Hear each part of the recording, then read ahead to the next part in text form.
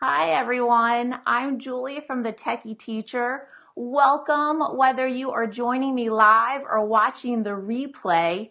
Tonight we're going to talk about one of my most recent blog posts, 5 reasons to use digital choice boards in the classroom. Now, choice boards have been around for years. I know when I was a classroom teacher, I used paper choice boards, just like this one. This was my vocabulary word study choice menu. Called it choice menu, but you can call it board menu, whatever. And what it is the teacher fills in a different activity and each a part of the board for each little square, and students complete them their choice in whatever order they choose, as long as they do 3 in a row, just kind of like tic-tac-toe. Now, I know some teachers have students complete the entire board throughout the week, but in whatever order they choose. I always taught 2nd or 3rd grade. I did do a few years in 5th grade, but for 2nd and 3rd graders, it would just be way too much for them to complete all 9 activities. So that's why I did it the tic-tac-toe board way. And then at the end of the week, they could hand in their board with their work, and then I could grade it. I would either give them a pass-fail grade, or I would grade their activities with some sort of rubric that I created. But today, we're going to take a look at how we can transform the paper choice board to a digital choice board and the benefits that has for our students in our classrooms, because you can truly tap into multiple learning styles. It's a way to allow structured student choice, if that makes sense. And it also helps students take ownership of their learning, regardless if you're using paper choice boards or digital choice boards. So I see some people are joining me. Welcome once again. Let me know where you're tuning in from. What grade do you teach? What devices do you have access to? This will kind of help me gauge on how or what way to go with this Facebook Live.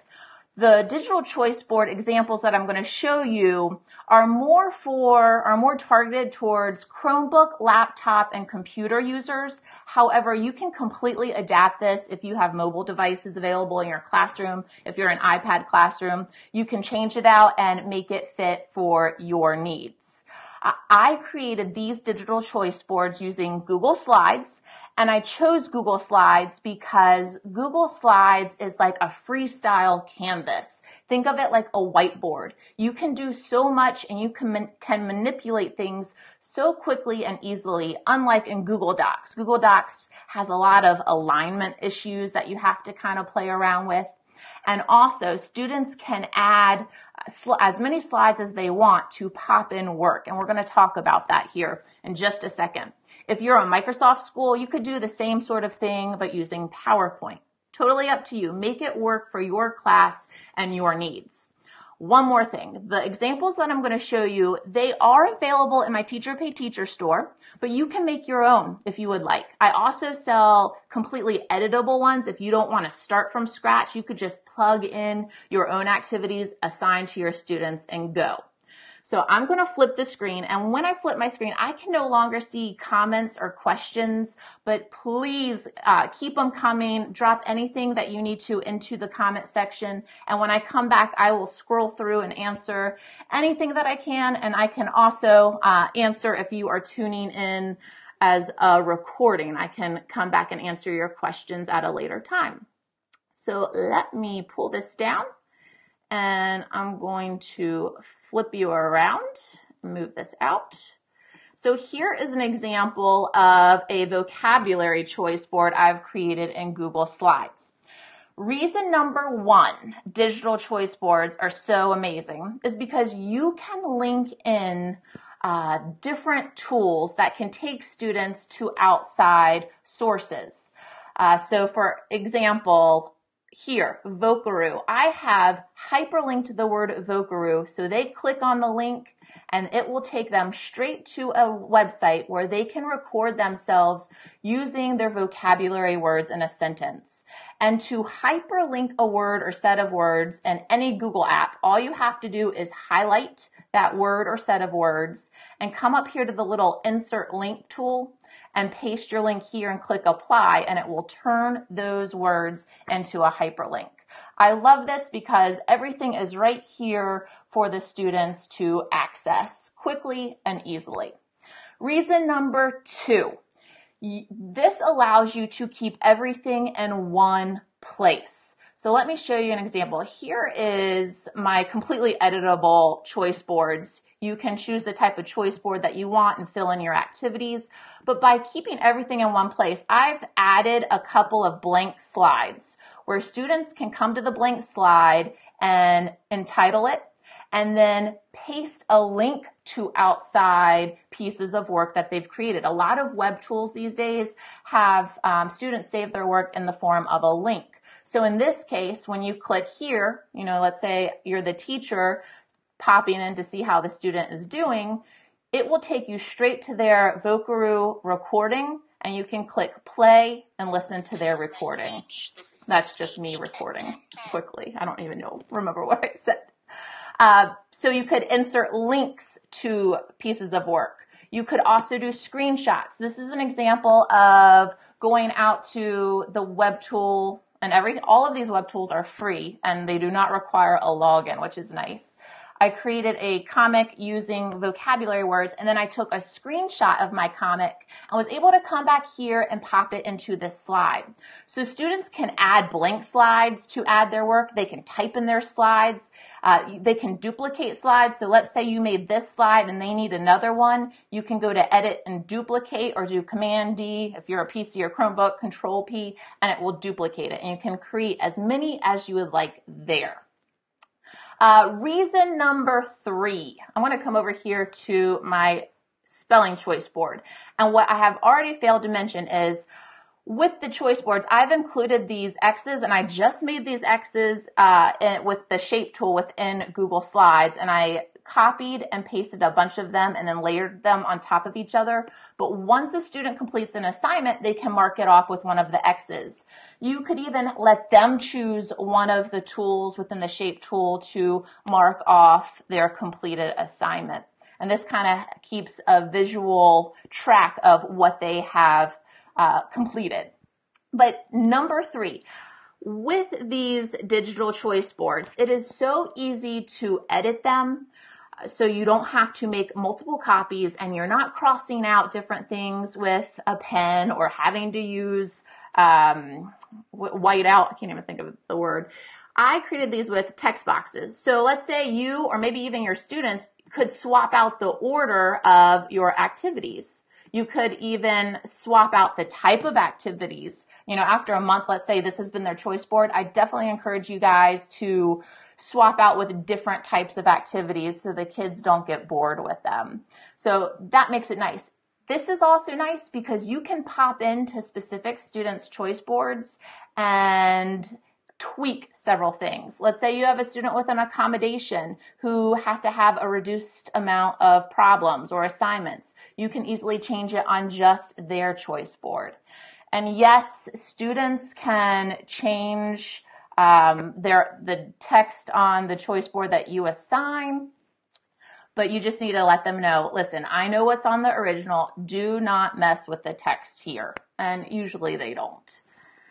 Reason number 4, obvious reason, it's paperless, but that's so nice. With my paper choice boards, the kids were having to save all of their assignments, attach them, and then at the end of the week, hand them in. And, that's just a disaster for the disorganized. They would lose their assignment, and then they didn't have anything to show that they actually did the assignment. Here, especially with Google Drive, it saves automatically. It's in their drive, and depending on how you, the teacher, assign the choice board, you can pop in. Google Classroom users, you can prompt them to automatically make a copy. If you're sharing these types of things with students and you're not using Google Classroom and the student makes their own copy, it would be important for them to share it back with you, so then at any time you can pop in and check on their status. Which leads me to number 5.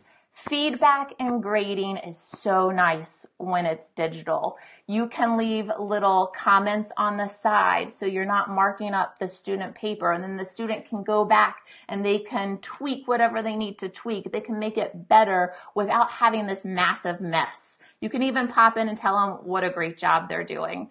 It just makes it a nice, clean, seamless type of feedback and grading I don't know what you call it, just feedback and grading, just so nice. And then I think I mentioned this before, how do you even grade these choice boards? And really that's up to the teacher, and every teacher that I work with definitely does things differently. In the past, I've just given pass-fail grades, and it would be very hard for a child to fail a choice board unless they just didn't do the work. I'm going to come back to you guys so I can see comments. Hey, everybody. If they just didn't do the work or they didn't do it accurately, of course they wouldn't pass in that case. Or you can do a rubric, and that's what I would do most of the time. I would make my own rubric, and I'd make it very easy. Let me show you really quickly. In the choice boards that I have in my store, I added an editable grading rubric. Very easy, but I made it in a chart so you can add columns, you can delete columns and rows, you can add your own grading criteria, you can choose to print this and fill it out so then you can send it home to parents, or you can keep it digital, which is nice. So you have a lot of choices here. And the students love this. They just think it's so neat that they can go to other places to create and show what they know, but taking it a step further and kind of making it their own. And if you're not comfortable in your tech game at this point, then I would encourage you keep everything within Google Slides. And if your students aren't comfortable with using different web tools at this point, keep them in Google Slides. And once they're comfortable with that, add one of your assignments to take them to a different web tool. Like I know a lot of schools use Spelling City, so that would be a good one to incorporate into your spelling choice board. Have them go to the Spelling City link and complete an activity. So lots of really cool options. Give it a try. See if you can make your own. Today, I was going to say in the past 3 days, but today I've had 3 inquiries asking if I sell a product that teaches people how to make things in Google Slides. And I do not. I am self-taught. However, Danielle Knight from Study All Night, I think that's her, yeah, that's her Teacher Pay Teacher store. She sells something called the Google Toolkit, and it will teach you exactly what you need to know to make any sort of Google Slides resource for your classroom. So check that out if that's something that you're interested in. It does take time. You know, it does take money if you want some fun fonts and some fun clip art, but those are great skills to have, especially as an instructor. And then those skills that you learn in the toolkit, you can apply to what you're teaching your students even. Lots of different things that you can learn. So if you're interested, Study All Night, Danielle All Night, the Google Toolkit. So like I said, feel free to leave any questions that you might have, and I will get to them when I can. I hope you guys have a great night, and I'll talk to you soon.